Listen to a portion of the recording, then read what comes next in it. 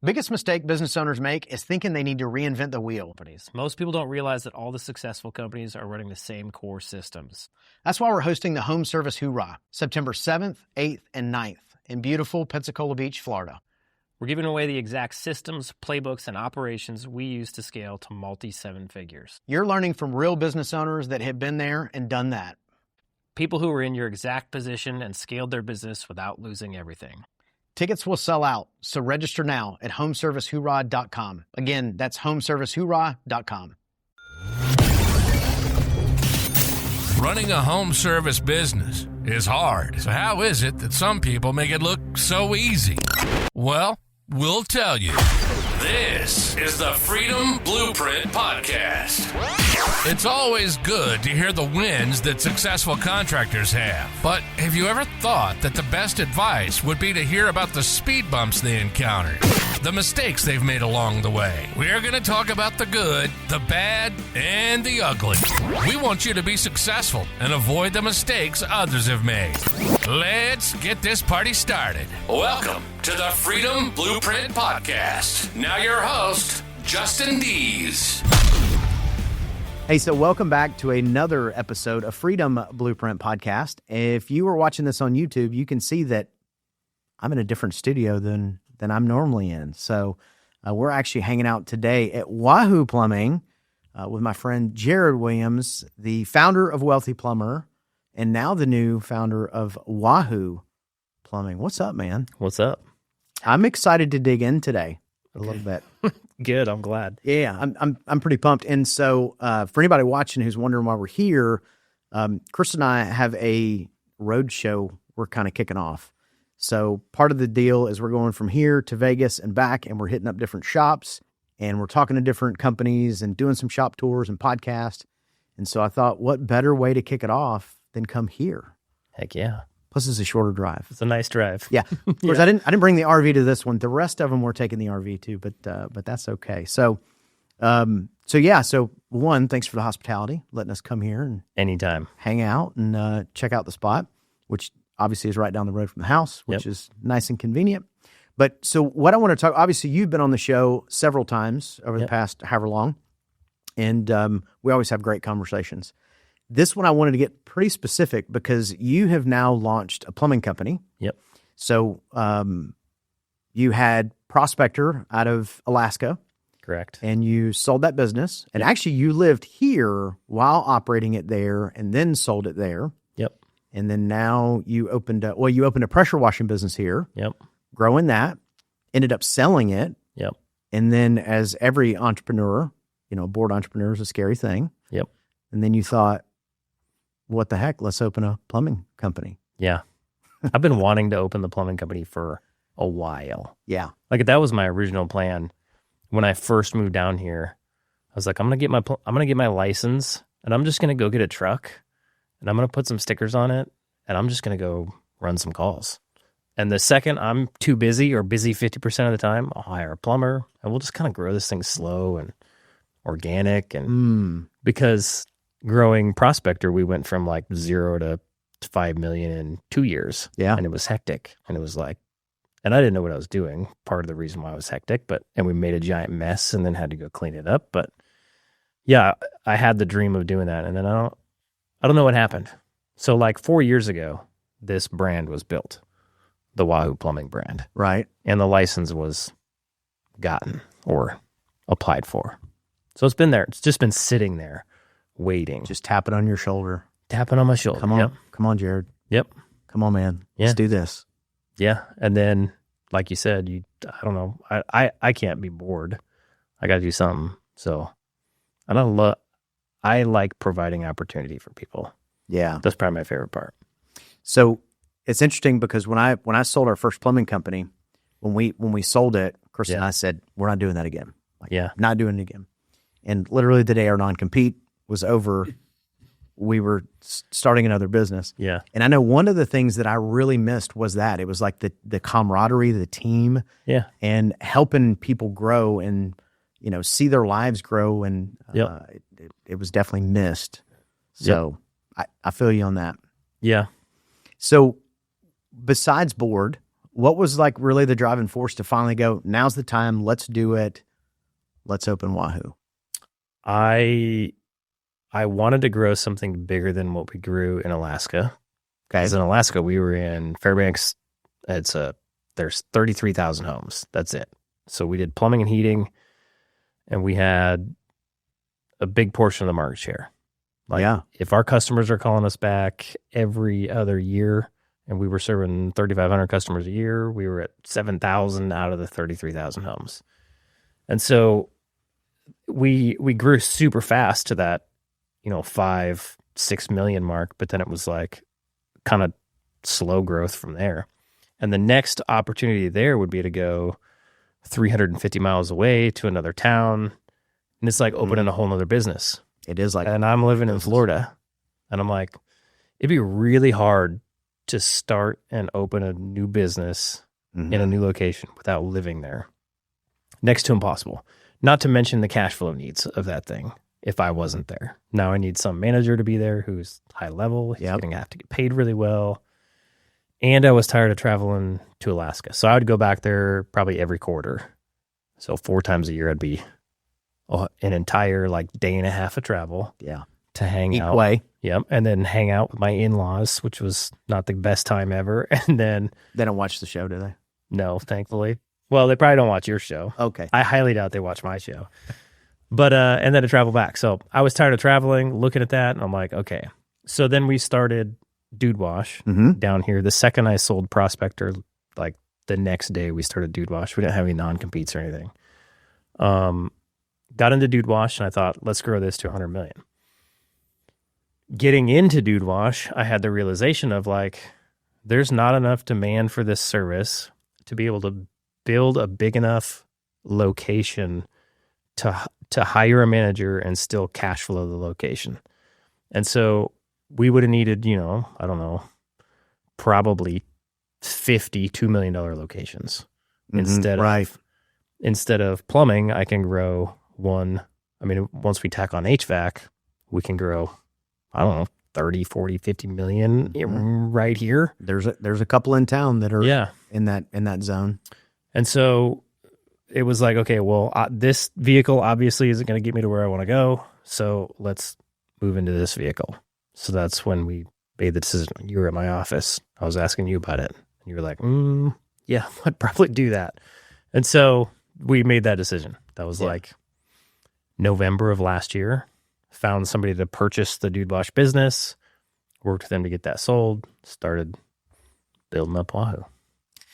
So I know for me, one of the cool things when we sold the first plumbing company and started the next one is it was nice to be able to sit back and go, what is some things I'm not going to do this time? What are my non-negotiables? What do I want to be different? Yep. For us, we were in the same location. So for us, we got to go, who do we want on the bus again? I know that's not as much of an opportunity for you. Right. But what are some things that you've learned from 1.0 that in 2.0 you're going to make sure to apply? I think for us, the biggest one is just the core values and the people. Yeah. The realization over the last, I started Prospector it was 4 or 5 years ago. I don't remember. And then, so Prospector, we've had the Wealthy Plumber, we've had a social media business, we've had Dude Wash. And in all of those businesses, if I got the right person in the right seat, it was night and day. The business made more money. My SOPs didn't need to be as detailed. It was easier to manage, the whole 9 yards. Yeah. Now, taking that back to I didn't have the realization of until conversations with you and reading the book Traction again. I'd read the book before, but it didn't click. I was like, okay, I get the idea of this, but it did not click. I needed the experience of the opposite of what Traction taught. So for this business, it is really I would rather build a business with all the right people and be super stringent about if you're not a good fit, you're not a good fit and you're out of here. Because I watch people come into my business at Prospector and do a lot of damage and cause a ton of headache and then a ton, just culture damage. And then it was like massive cleanup mode. And those things they were easily avoidable. Had we just like actually sat down, defined our core values, and ran people through that filter before they came to work here. When I think a lot of business owners, when they think about vision and mission and core values, they think it's kind of hokey. Like they're like, Totally. how does that make money for me? And I know even like with Kristen and I, as we were going through our journey of building those things, I remember sitting there thinking, like, I got a dumpster fire over here I got to deal with. Yeah. What is this touchy-feely crap? How is that going to help me get anywhere?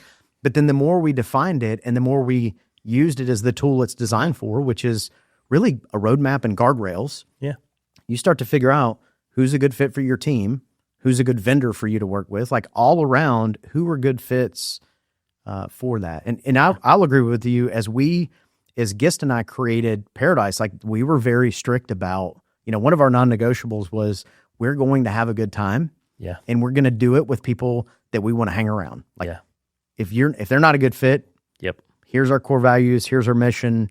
If you don't check the boxes, doesn't make you a bad person. No. Just makes you not a good fit for here. Yes. And we were very stingy Yeah.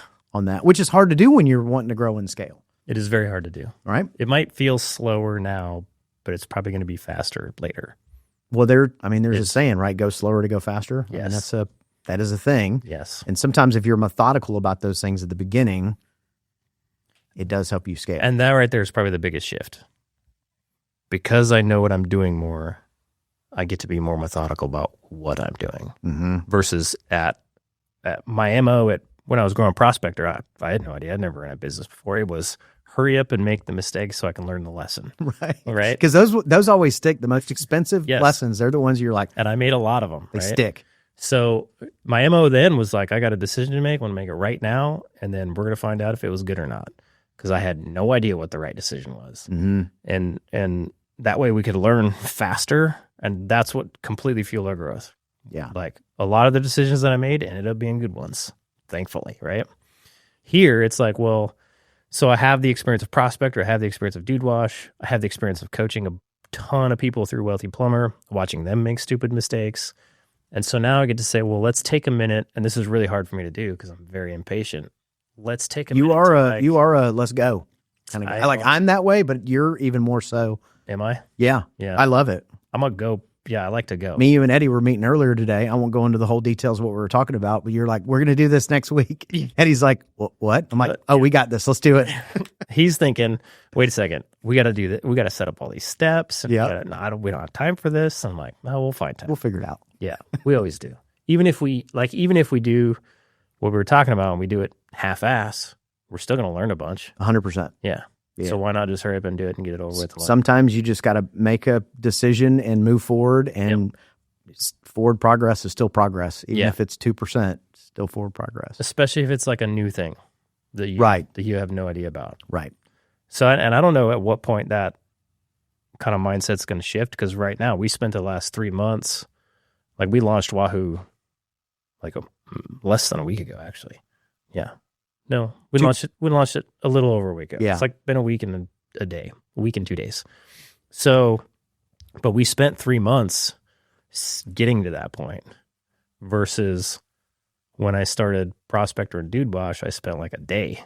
And then you're like, let's get the truck. Let's go run calls. Right. Yeah. So that's interesting to be able to think about it that way is that really the truth is now you're being way more strategic than you were the first time because you were tactical. You're like, I got to go make money. I got to make it right now. Right. Where now you're being a little bit more strategic and you're thinking about who do we want on the team? How do we want to grow? Yep. It makes it more fun. It's way more fun. Yeah. This is the first year I ever had a budget. Yeah. And I've always had like a hourly rate calculator, but this is the first year I actually said, January, we're going to do this much revenue, February, and planned out all my revenues and what my expenses are going to be and what my marketing budget's going to be and how many people we were going to have and what that's going to cost and what my EBITDA is going to look like, what my cash position is going to look like. And that's awesome. Well, it's like gamifying the business. So now you have a scorecard. I have a scorecard. And you know what it is you're wanting to do. And now from a downflow, now the rest of your team can know if they're doing a good job or not. Yes. The awesome part about that to me is that when I start this business, I know it's going to take money, right? Mm-hmm. And I get to see, oh, okay, I'm going to fund this business with this amount of money, and I get to predict what my bank account's going to do. And so I get to see it go down. I think for us, if we don't beat our current plan, it goes down for a while. Sure. And just with buying trucks and tools and equipment and all that stuff, hiring new people, they cost you stuff. I get to see it where it's going to go, and I know it's going to go there before it goes there. Mm-hmm. So when I get to that point, I can look at my budget and I can say, this is all part of the plan. Mm-hmm. Cool. Next month, we should make profit. Mm-hmm. Yeah, it's cool. Yeah, that's a lot of fun. It's a lot of fun when you can, and I'm not like a data nerd per se, Yeah. but it is fun digging into it and looking at things like number of jobs you ran and what was my average ticket and how do I tweak that 10% and how do it makes it a lot of fun. But you also have to be in that headspace of not in the truck, turning the wrench. Yes. Because, again, for me, owning plumbing companies and HVAC companies, I'm not a tech. I've never been a tech. And that's been kind of a blessing and curse for me, except for I can't go out and fix the problem. I have to build something to figure out how to either avoid it in the future or fix the problem that we have right now. Yeah. So yeah, that's pretty cool. So here's a question I have for you. So one of the challenges most businesses have when they get started is customers. Yeah. And calls. Yep. And so obviously you have a lot of experience with social media and all that kind of good stuff. Yep. So as you guys launched, how's that gone? Better than expected. Yeah. I would say that's kind of our superpower. Yeah. But I honestly believe it could be anybody's superpower nowadays because we literally made all our ads on my phone with a $99 Amazon mic. But everybody doesn't have a phone. Everybody's got a phone. And yeah, I think the biggest problem that people face is it's that chicken and the egg scenario. Mm-hmm. Do I spend the money on marketing before I go run the call to make the money to spend on marketing? And I think in my experience, what they miss is it's like, number one, they don't know how much it costs calls, like how much it costs to get a phone call. They have no idea like that correlation of, okay, this is what it costs me to get a phone call. This is my booking rate. This is my close rate. This is my average ticket. So if I want to do X amount in revenue, I have to spend X amount of dollars on marketing to generate enough phone calls to turn it into that average ticket. And when you're starting out, if you want to run like 60 calls a month, that's 3 calls a day. If it's just you and it costs you $100 to get those calls, you're looking at $6,000 marketing budget. And most people are that's just ad spend, not including like an agency or anything like that. Yeah, that's if you're doing it in between your 3 calls you're running a day. Yeah, and you might be in a more expensive market where it's $200 to get a phone call, and you're looking at a $12,000 budget. And some of it is even higher than that. Yeah, like at Prospector, it was like $300, $400, sometimes $500 or $600 to get a phone call. Mm-hmm. And you don't have any return customers, so you have to buy all your customers new. It's probably the hardest part. But I think what happens is they look at that $6,000 to $12,000 budget, and they think, I got to spend $6,000 to $12,000, and I don't have that money. Mm-hmm. That's how you're used to thinking. The reality is like day one, you're going to spend to get 3 calls, $300. Day 2, hopefully you go sell 2 of those at $1,000 average ticket, and then you spend another $300. You get more calls for the next day, and the ball just starts to roll. So it does take a little bit of initial investment, but not that big. Mm-hmm. So I think they're just scared to spend the money. Well, and I think it's a little bit of that you don't know what you don't know. No, and I think it's a challenge when you start, like when guys go, okay, that's it, I'm not working for this company anymore, I'm going to go do it myself. Yeah. They're thinking wrong. Yep. Like they're thinking that because you can do the thing, you can run the business. And this is by no means any disrespect to anybody who has started out from a single owner operator in a truck and grown it. It happens. People do it. It's typically not fast. Because if you can invest the money to let team go in the field to where you can think about the business as a whole and work on the systems and the processes, I think you can obviously grow much faster than you can when you're not. Yeah. And I think you'll be surprised at how much cash flow you can create, actually, with relatively few people. So, so for any of the listeners out there, so you guys kicked it off, right? You kicked it off. You ran a couple of ads. Yes. And then how quickly did it take you guys to start getting phone calls? So day one we launched, credit card company shut down the credit card because we were spending money on ads. They were like, what is this? Day two, same thing. And I was like, yeah. So we got one call, I think, on day two, just I don't know why or where. And then we got our ads fixed like Friday at 7 p.m. We finally got the credit card company to say, okay, we're not going to shut your ads off anymore. We came in Monday. We didn't even answer our phones. They all went to Plumline and they booked all the calls. We came in Monday and we were booked out a week and a half. So in 2 days, 2.5, we could call it. Okay. 2.5 days. We were booked out a week and a half and we were like, oh, crap. I didn't see that one coming. I anticipated and I had budgeted for this kind of 3-month curve where it was going to start. I was going to spend a lot of money and it was just going to kind of slowly come to fruition. But I think one of the things that I've learned is that there's like I used to just think of my marketing budget as like leads and brand awareness. And leads were really expensive if you didn't run brand awareness. So I always try to do both. And over like a 3 to 6 month period, my brand awareness will make my leads cheaper. Right. And what I missed in there is that there's like I've started to understand there's demand capture, there's demand creation, and then there's brand awareness as well. And if you run a Facebook ad properly and you use things like offers specifically, you can kind of do all three at the same time. You can capture demand, you can create demand, and you can create brand awareness for your company. And so we tailored all of our ads this time. All we did was pay-per-click and Facebook ads. And they were all tailored towards that strategy to try to do all three at once. And it worked. I would say. Yeah.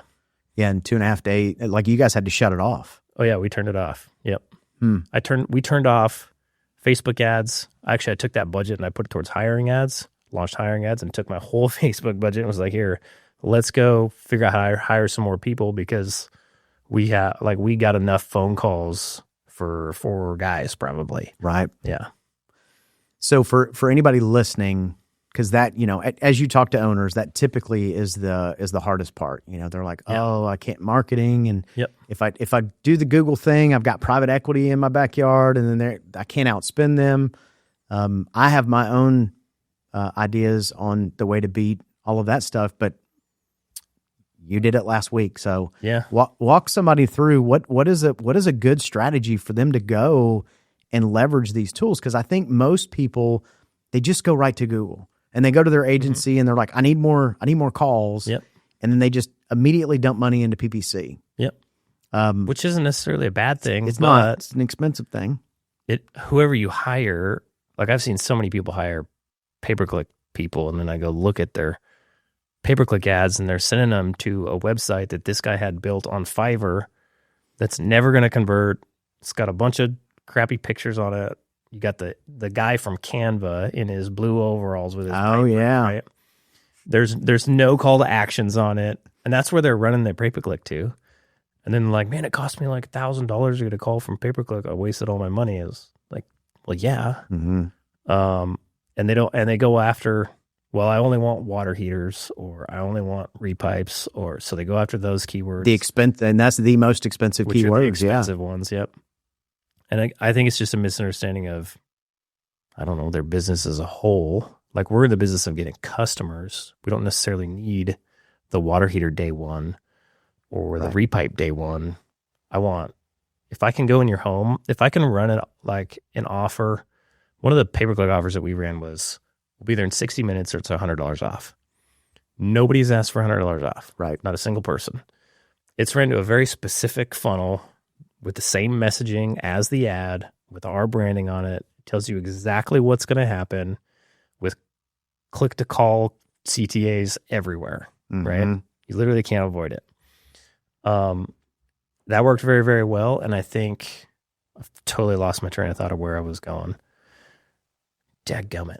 Well, I mean, we were just talking about marketing and We were. how to aim them, well, first of all, let me say this, in order to do all the things you're talking about, Yeah. I think there's a step before that again, most business owners don't do, which is who's your avatar? Like, who is your ideal customer? 100%. And I think you guys know and have a pretty good idea of, like, your customer is somebody who is going to be, they're more concerned about the time they're going to spend versus the money, which is why you're like 60 minutes or you get $100 off. Yeah. People are like, I need it fixed and I need it fixed now. They see the 60 minutes and they're like, Let's go. I'm calling it. They see the $100 off. They don't necessarily care about the $100 off. They just see these guys are serious about getting here in 60 minutes. Yep. Yes. I think, I 100% agree. But then back to the keywords, this is where I was going, is the water heater keywords are going to cost you $300 a phone call, or you can go out for a drain clean or a faucet change out or these little items, and you can go to that call and you can make margin. The dollar amounts aren't as big. Right. And you can sell them a membership, and then you retain that customer long term. And you get the 5-star review. And you get the 5-star review, which then helps your pay-per-click work better, helps your Google local service ads work better, the whole 9 yards. Yeah, I know you did a pretty good job too of pushing out to get 5-star reviews. Yeah. Which is, I think a lot of businesses miss the opportunity to Totally. like get that out there. Let your 5 stars, let that help, because it does lower the risk for Google, because Google wants to make sure that they're putting people out in front of people that are going to take care of them. Yep.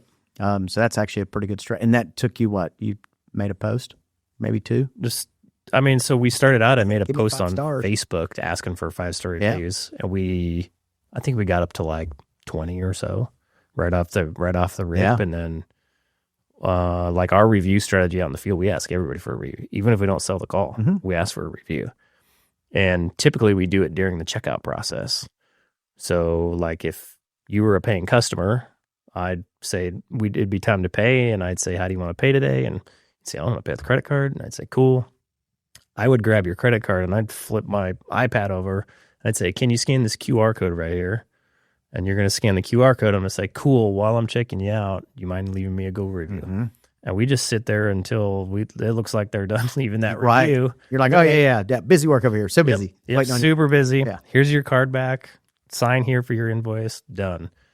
We did that at Dude Wash, and we went from, in like an 8-month period of time, we went from 160 reviews to 405 reviews. Yeah. So it works. You just got to ask. Right. And that's we became, like with Dude Wash, we became the highest reviewed pressure washing company in town in a matter of 6 months. Yeah, I was going to say months. It didn't take very long. We won't do that with plumbing, because there's guys out there that's got, they're at, I think Peden's at like 3,300 or something like that. Yeah, but that's going to be 1% of them are going to be. Oh yeah, you'll be higher than 85% probably within 3 months. If you just get over 100, you're top 20%. Yeah. If you get over 150, you're top 10%. It doesn't take long. Yeah, that's good. So I think the other challenge that a lot of business owners have with the ads is they're not marketers. Right? You hear that a lot. They're like, we're not marketers. So they end up hiring companies and trusting that they know what they're doing. Yeah. And like you said earlier, like then you look at their ad and it's going to this crappy page that's not going to convert. And it's not built correctly. So what are some ways for business owners to find people to work with and be able to kind of trust but verify? Because obviously they don't know all the ins and outs, but what do they do in order to trust but verify that who they're working with is a good fit and has their best interest in mind? I mean, I would look for somebody that is trade specific, or at least into like maybe they do plumbers and electricians and HVAC. It's pretty specific. Yeah, like a general marketing company, they don't they don't got it. Just stay away from those. Well, and plus we're emergency services, and I think that's missed a lot on marketing companies that are general. Yeah, is we're not manufacturing; we're on demand typically. Right. Not to say you don't want to run some brand awareness campaigns, but right. And then I would go get in a coaching group and ask, like, who you guys using? Or if you go sit down with a company, ask them for some numbers that they can call.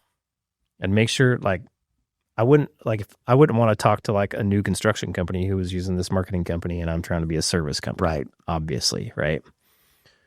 And then that's the tough part though for the new guys as well, because you've got marketing companies that are going to do a really good job, but they're going to be expensive. Right. And you've got some marketing companies that aren't going to do as good job, and they're going to be cheaper. Price will reflect it. And you've got some in between there as well. So you kind of got to find one that fits with your needs at the moment. Mm-hmm. Starting out, I mean, I would think like you really just need somebody to manage your Google business profile and your website. Facebook ads, I have yet to find somebody that does Facebook ads well. I'm with you. So I've always done our Facebook ads Mm-hmm. for the last 4 years. Well, most companies, if they do hire somebody to manage their Facebook ads, all it ends up being is ads. And it's like ad. And the whole point of social media is to be social. And so you got to have a little bit of that mix in there of, ad versus like, let's show our personality a little bit. I agree. I do feel bad for the marketing companies to some extent, because like my brother owns a marketing company. So I hear the other side of it. Right. And it's like the expectations on that poor marketing company are absolutely like unrealistic. And so, because they can't come make a personality video for their client. Right. It has to be on their client. Right. Yeah. Yeah. So they got a client that's like, hey, I want 100 calls a month and I want to spend $1,000 and I want you to make all my social media content that my customers are actually going to look at, but I'm not going to send you any pictures or videos and my brand is terrible. Go. And it's like, on the marketing company's end, that's impossible. Right. It's just physically impossible. So, well, and a lot of times too, when I know when I talk to business owners, a lot of times that's what they'll say. Oh, my marketing company is terrible. And my first question is always, what's your booking rate? And they're like, well, I don't know. Okay. Well, it might not be your marketing company because if they're making the phone ring and you're not answering it or booking it, it's not your marketing company's issue. So like my brother's marketing company, because of that, they could listen to every single phone call and classify it, whether it was bookable or not bookable. Yep. And then they give you a booking rate. And they're like, so that when you come and say their ads aren't working, they're like, well, we gave you 100 phone calls and you only booked 30 of them. Right. Like, you want more jobs, just book more of them. Which, by the way, we're talking about Mammoth. Mammothforplumbers.com. Yeah. And he's pretty awesome. Very cool. The other thing I would say is for any of the business owners, have a scorecard. I mean, you should have a scorecard for literally everything in your business. Marketing is not excluded from that. So make sure that you're looking at what are your calls and what is the booking rate, and make sure you're spending where it's appropriate. Yep. We were talking earlier today a little bit about the third parties, the third parties that always promise you, oh man, we're going to make your phone ring and da-da-da-da. So you have those, Home Advisor, Angie's List. And some people do really well with those, right? Like everybody doesn't. And you hear people talk bad about it. There's some people that do really well with it, but the trick to that is the speed to lead. Yes. But those customers, are going to 3 other contracts minimum. So the customer's priority at that point is the cheapest guy. Yep. So if that's not the game you're in, stay away from it. Yeah. And the part that I guess seems to be very like demographically different. Like there's a whole bunch of customers in California that find contractors on Yelp for some reason. It's all those big Denver, same thing. Yeah. Down here, nobody uses it. They only use it when they want to leave you a bad review because you got too many good Google reviews. Right. And so it looks better on Yelp because they have a bigger impact. Plus, if you don't pay them, they won't keep your good reviews on there. Yeah, I know. Stupid. But to me, it's like, well, what is Angie's doing to get all those calls? They're just running pay-per-click and Facebook ads. That's it. So why don't you do that and bypass Angie's? And then you're getting just that one call, not the 3 calls. Yes. Yeah. Might cost you a little more, but if you're getting a better, higher intent customer and you don't have to weed through so many customers and your booking rate's higher, could be worth it. So shifting off, well, this may stay in the marketing thing too, but think about what are like 3 top things that you would tell contractors out there that are in that spot where it's not about how long they've done it, but they're in that 1 to 3 truck, not quite that 4 truck hump yet. What are 2 or 3 habits or things that they need to focus on in order to get kind of over that over that hump. Over the hump. Man, I think they just need to have the realization of how all the numbers work in their business. I wish I had that earlier. Yeah. I kind of did. Like I kind of understood once I got that third, fourth truck in there, I'd be able to step out, which is like my initial goal. But I think just because it's just a math problem to get from where you are to where you want to be. Mm-hmm. That's it. The problem is nobody knows the equation, or they don't know how to figure out the math problem, right? It's literally just like, how much do I want to make? What's my average ticket? What's my close rate? What's my booking rate? How many jobs do I need to make that money? Mm-hmm. How many techs do I need to be able to serve that many customers? Is that doable? Like, do I have the resources to make that happen? That's it. Like, that's the whole game. Start with the end in mind. One of my favorite quotes. Yep. Start with the end in mind and work a problem backwards. It's pretty, for anybody who's never done that, as you start to do that, it's pretty amazing how small the problem seems. If you got this really big problem and you start working it backwards, and then you go, oh, okay, so in order to do that, I need to run 50 calls a month or whatever the number is. Yep. All right, well, that means if my booking rate is 70%, then now I need this many calls. And now you're able to have those conversations with your marketing company of, okay, great. In order to hit my goals, these are the number of calls I actually need. Not right. You don't need 400,000 calls. You might only need 70. Right. Yeah. 100%.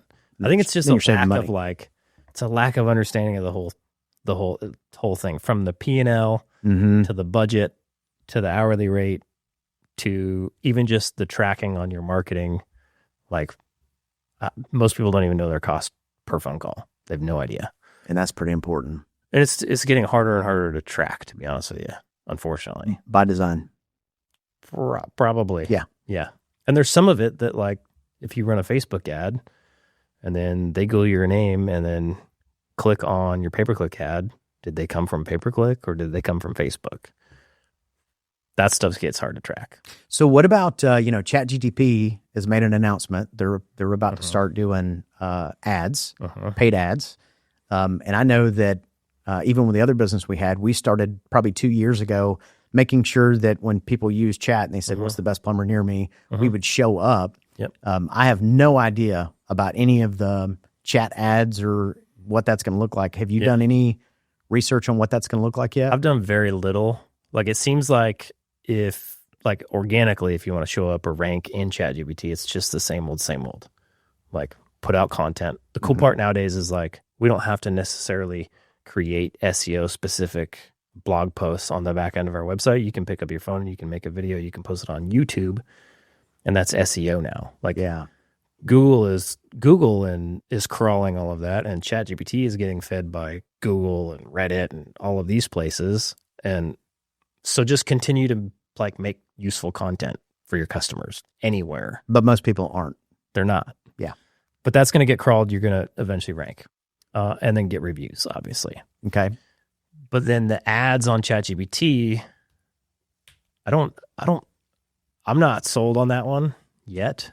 Like the amount, if you do the research, like the amount of search volume for contractors on ChatGPT is still really teeny. Yes. Like super tiny. So they're going to have to convince customers to stop using Google and then shift their searching over to ChatGPT. I think that's going to take time. Well, and I think it's a certain age group of people, right? Like, totally. You and I are probably still going to go to Google. Yes. Costin's probably going to go not to Google. Correct. But then there's the whole race between, like, Gemini and ChatGPT, and now we've got XAI. Like, the stuff that Elon Musk is doing is pretty insane, launching solar panels and computing power into space, and, like, it's all moving so fast. I don't know that you can tell where it's going to end up here in like a year. Like, ChatGPT might be gone. I don't know. I have no idea. I'm going to go with no. Yeah, probably not. But I think but where the consumer attention is where you should put your attention. And right now it's on, I mean, Google's got the majority of it, and you can reach a lot of customers on Facebook. Mm-hmm. And Facebook is Meta, so it's Facebook and Instagram. TikTok, if you're in a massive area, like a massive city that's really dense, you could run TikTok ads, but probably not for most I know people. some contractors that are that are doing pretty well on TikTok, but the majority of their focus is the recruiting side of it, Yeah. not necessarily the customer side. And that the- makes total the recruiting. sense. Yep. Makes total sense. Because those guys are hanging out there. I will say this: no matter what it turns into, whether it's Chat GTP or Claude or whatever, you can bet they're going to monetize it. Oh, yeah. That's going to happen. The cool part is if you get in early, it's going to be cheap. Right. I mean, I can remember when Google really first started doing ads, like, I don't know, 15 years ago plus. I mean, I remember us paying like not pennies, but like dimes. Yeah. For ads, and then quickly it got to a crazy number. Yeah. Very quickly. All right. I think one of the mistakes people make with social media is they think they're worried about getting views, and that's useless to them. Yeah. Like making content to get views, that gets viewed all over the world. You have to run ads locally for people to see your stuff. So if you make a video and it gets views, that just tells you that's a good video. I should run that as an ad and show it to my community. Facebook isn't going to do that for you. There's so many times I'll open Facebook and I'll see ads that companies are running, plumbing AC businesses, and I look at it and they're from a totally different place. And I feel so bad because I'm like, they are just burning cash. There's a couple times I've actually reached out to companies and said, hey, just so you know, I live here. Yep. Your ad is showing up. So whoever's managing that, you're burning cash. Yeah. Sometimes I get people that respond back. Facebook has made it harder. Like if you travel to New York and then you come back here, you're probably going to see some ads from people, New York people. It's just like how it is nowadays. You used to be able to say, I only want my ads shown here. Don't show them anywhere else. Yeah. It got really bad for a little bit to where you were just kind of like, I'm going to reach 50% of the people are actually in my audience. It's gotten better now that Facebook has released their Andromeda updates. Yeah. Yeah. Facebook's so... I'm telling you, not my favorite. Facebook right now, I know people don't like it and nobody knows how to do it, but right now with Andromeda, you don't even have to target. You just select an area. You don't have to change any of the targeting. As long as you're specific to who you're calling out in your ad, Facebook will figure that out and it'll find those people and it'll show your ad to them. That's good to see their technology being updated, because that's always my frustration is when I get into like the business ad side of it, you get in there and it's not very user friendly. And I assume by design. I mean, they're a very smart company. It's incredible right now. Yeah. Yeah. That's pretty cool. All right. So I do have one more question. Yeah. That I want to dive into a little bit for the audience and for help. So obviously a lot of the problems that we hear from contractors is that they're, marketing and customers. Obviously there's the recruiting and hiring side. We'll get into that in a minute. But obviously you guys launched an ad campaign and got more calls than you could handle inside of 2.5 days. Yeah. Enough for a week and a half, which I know most people listening, they're like, oh, that's crap. Or, oh, but that's because that's Jered. Like that's because it's you and you know what you're doing, which you do, right? Yep. But what are some things that every single contractor could do today to be able to start getting calls to their door by using technology that they have right now that's not super expensive? I mean, for free, you've got your personal Facebook profile. Yeah. Like that's an incredible tool that nobody understands. So like you can go get in the Facebook groups. Like here we have What's Happening Pensacola, What's Happening Pensacola 2.0. And they've got thousands of people in there. Yes. And if you're a one truck chuck and you're running 60 calls a day, like you need, I don't know, 400 calls a year, 300 calls a year, maybe not even that. So out of thousands of people, you just have to convince a couple hundred of them to call you. It's not over the course of a year. Yeah. Yeah. Not even a day. Yeah. Totally doable. Yeah. So if you go into those groups, you can go start adding friends. Like you can see all the members in those groups. You can organize that list by people closest to, like people near you in the Facebook group. Go start adding friends. I think that's how me and you became friends. Yeah. So once they're your friend, then take your personal Facebook page and just post on there every day. Post something about your life that somebody else might connect to.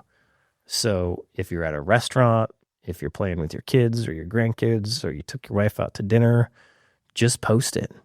Just take a picture and share a moment, or just post some text. And then post about your business along with it. What happens is one of those posts where you posted about your dinner with your wife, somebody sees it and connects with it. The second they do that, Facebook starts showing them all of your stuff. So they'll open their phone the next day and they're going to see all your business posts. And they'll be like, oh, this sweetheart that just took his wife out to dinner has a plumbing business. It's so great, right? And it's incredible what that can do for you. Like the networking capabilities of Facebook. And you don't even have to leave your house. So and cost you nothing. Cost you nothing. Maybe a dinner. Now, whenever you share those posts about your business, share them in the local Facebook groups while you're at it.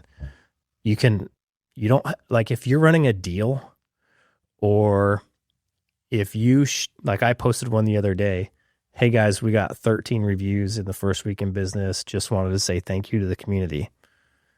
I don't really want to say thank you. I mean, you do. I do, but like that was not my intent with that post. Right. It was to make it look organic and happy and let the Facebook group gods say, yeah, we'll allow this, right? So you can post those kinds of things on your personal page and in the Facebook groups. That alone, if you just added friends, post it on your Facebook group, post on your page and the Facebook groups, that alone will get you calls. Like that's how I launched Prospector. Just that method right there. Well, and you're building know, like, and trust. Yes. And again, it's costing you nothing but a little bit of time. Not even a lot of time, a little bit of time.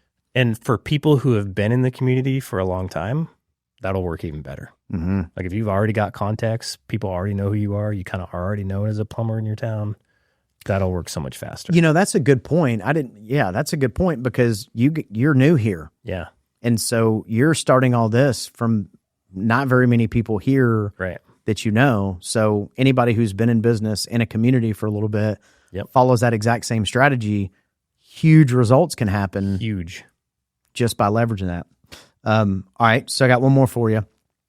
We talk a lot about videos and that a lot of people aren't taking advantage of that. Yeah. So what is like one or two videos that somebody could make today to be able to do the same kind of get comfortable with it and start to use that to continue their know, like, and trust with their audience? Yeah, I mean, it depends on, like, if they're making the video for an ad or for their Facebook page. If it's like a know, like, and trust for your Facebook page, then you can make a video about any offer you're running. And then you can make, like I said, like a thank you, we got 13 reviews. If you're at a job, you could pick up your phone and be like, I'm over here in this neighborhood. This is what I'm doing for this customer. It's going to be awesome. Thank you, whatever, community, for giving us the opportunity. Done. You could pick up your phone and just talk about a service. You don't have to give them all the details. Right. But like you could pick up your phone and be like, so I get this question a lot. What kind of pipe material is best for water lines? Here's my opinion and why. Done. I get this question a lot. What's the best kind of water heater to put in your house? Here's my thoughts on that. Garbage disposal. Hey, my garbage disposal isn't working, because you don't want those calls. Not really, no. But so like, yeah, and like educational videos too. That's what we used to do for all of our social media clients. I would make the educational video and then we post it on all of their social medias. Like just take your phone. You could have the back camera going and like start at the toilet and have your hand in the film and go like, okay guys, today we're going to talk about what typically goes on in the toilet. This here is the flapper. This is this. Simple. And then like download a captions app. They have one called Captions or CapCut or whatever. Yeah. You can edit your video. You can put captions on it. Or if you connect your Instagram and your Facebook together, you can just upload it into Instagram. It'll auto caption it for you and it'll cross post it over to Facebook. Pretty simple. That's what I would do. I mean, so that's gold between those two for anybody who's out there that's, in this rut where they want more calls and marketing's a challenge. Again, have a scorecard, know what it is that you're expecting. Yep. And then get social. Get social. So like what I would do is if I've made those videos and posted them like on my Facebook page and Instagram page, that is a place to build trust and a place to maybe put an offer in front of somebody to convince them to call me. Right. Right. if I post a video on social media and normally I get 25 views and I get one that gets 1,000 views, just go run that as an ad. Mm-hmm. Because people liked your video. Facebook Well, and you already shares have more proof people. of concept. It's done. Yep. Yeah. And all you got to do is look at it. Yeah. And then if you've got any offers going, literally just pick up your phone and go, hey guys, Jered here with Wahoo. Like, this was my video that got us a ton of calls. It was like, hey guys, Jered here with Wahoo Plumbing. We are doing this offer for the next this many days. If that sounds cool to you, give us a call. Right. Click the button down below. It's that easy. And then boom, Yes, the phone rang. that easy. And then go run a Facebook ad. All right. Good info. All right. So one last thing I want to talk about is we have something really cool happening in September. We do. So let's tell the audience about what we got going on. We got the Home Service Hoorah coming up. I'm super excited, actually. I'm pumped, man. Yeah, I am it's gonna pumped. be really cool. And it's going to be Pensacola Beach, Florida. Yep. And this will be the second year. Yep. And we're doing a little bit different because last year we both ran independent events. And then this year we thought, what are we doing? Like, it's a lot of work. Let's combine forces and let's make this one just badass event. Yes. And that's what we're doing. And it's going to still be pretty intimate. It's not going to be one of these huge, giant conferences. It's going to be pretty tight. And just like the last event, this one, people are going to have takeaways. Like, they're going to be able to leave their business and take the stuff that we're talking about and implement. What's funny about that is the first event that we threw was last year, and the reason we called it the Hoorah is because that's how I feel about most events. You go to them and you're like, Hoorah, and then you go home and you're like, oh, that was cool, but I didn't. What do I do out of it? Yeah. And I was like, man, we should throw an event that actually like gives people some decent information, Some meat, yeah, some things to take back to their business and implement. 100%. Yeah, it's not just a giant, 10,000 people in a room. Or a big pitch. I think that's the other challenge too, is there tends to be a big pitch. Yep. And none of that at the Home Service Hoorah. That's not the plan. It is to give and to share. And we've got some of our friends that are successful and have exited and have grown and scaled these businesses that we've invited in to come and we're all open books. Yeah. But you got to show up and you got to ask the questions. What's cool about the intimate events is that the speakers and the business owners who've done the thing are sitting at the table with you. They're right there. It's awesome. Yeah. Yeah. Yeah. So you could go, hey, I got this problem. What the? Yeah. Break time. Yeah. Go talk to them. Well, and there will be things that we will work on as a table and as a group. And so you obviously want to be at the table with, and most people that are going to attend the event, they'll know who the people are that they need to make sure and connect with. Yeah. And, they might actually even have a special section where they can sit with these people. I don't know. I'm just saying, depends on what Costin comes up with because he's a smart guy.